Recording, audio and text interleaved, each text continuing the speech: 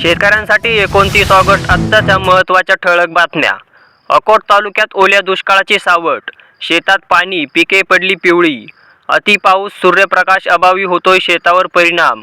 उत्पादन घटण्याची शेतकऱ्यांमध्ये भीती. कोकणसह पश्चिम महाराष्ट्र आणि विदर्भात पावसाचा येलो अलर्ट.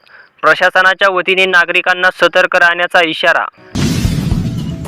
पीक विमा अग्रिमचा दुसरा टप्पा 1 लाख शेतकऱ्यांच्या खात्यात. 76 कोटी रुपये जमा. पडताळणी पूर्ण झाल्यानंतर प्रक्रियेला वेग. SMS सुद्धा पडले. अतिरिक्त पीक विमा प्रकरण. जिल्ह्यात आढळून आला बोगसपणा. कांदा लागवड 5,678 तर विमा उतरवला 23,000 हेक्टरचा. सोयाबीनचे दर क्विंटल मागे 800 रुपयांनी घसरले. नव्या पिकांचे काय होणार? शेतकऱ्यांचा सवाल. सरकारने तोटा थांबवण्यासाठी पावले उचलावी, शेतकऱ्यांची मागणी. मुगाची आवक सुरू. 5 ते 7 हजारांपर्यंत भाव. नवीन मूग बाजारपेठेत येताच दरात मोठी घसरण. दुष्काळ पळाला. यंदा गुरांचा बाजार तेजीत.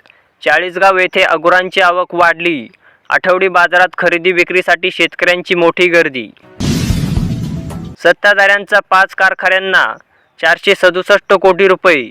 विरोधकांना ठेंगा तर फडणवीसांनाही होणार लाभ. पैसे न आल्याने लाडके बहिणींचा नाराजपणा उघड. अजित पवार यांना घातला घेराव. तर जनसन्मान यात्रा लातूरमध्ये. मराठा आंदोलकांनाही विचारला जाब. आमदार यशोमती ठाकूर यांची सरकारकडे मागणी. वन्य प्राण्यांद्वारे होणारे शेतीचे नुकसान टाळण्यासाठी सोलर झटका मशीन शेतकऱ्यांना देण्यासाठी मागणी. आम्हाला आमच्या जमिनी द्यायच्या नाहीत. MIDC रद्द करा. सिल्लोड तालुक्यातील शेतकऱ्यांचा जिल्हाधिकारी स्वामी यांच्या घरासमोर आक्रोश. सुप्रीम कोर्ट लाडकी बहीण योजनेवर कठोर. भूसंपादनाचा मोबदला देण्याच्या मुद्द्यावरून योजना बंद करण्याचा पुनरुच्चार. सरकारच्या भ्रष्टाचारामुळे शिवरायांचा पुतळा कोसळला.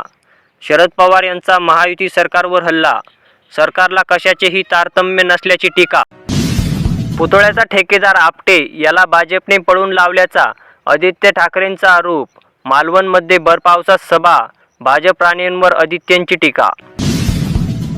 विठ्ठल रुक्मिणी पूजेची आता घरबसल्या बुकिंग करता येणार. 1 ऑक्टोबरपासून संकेतस्थळावर नोंदणीची सोय उपलब्ध.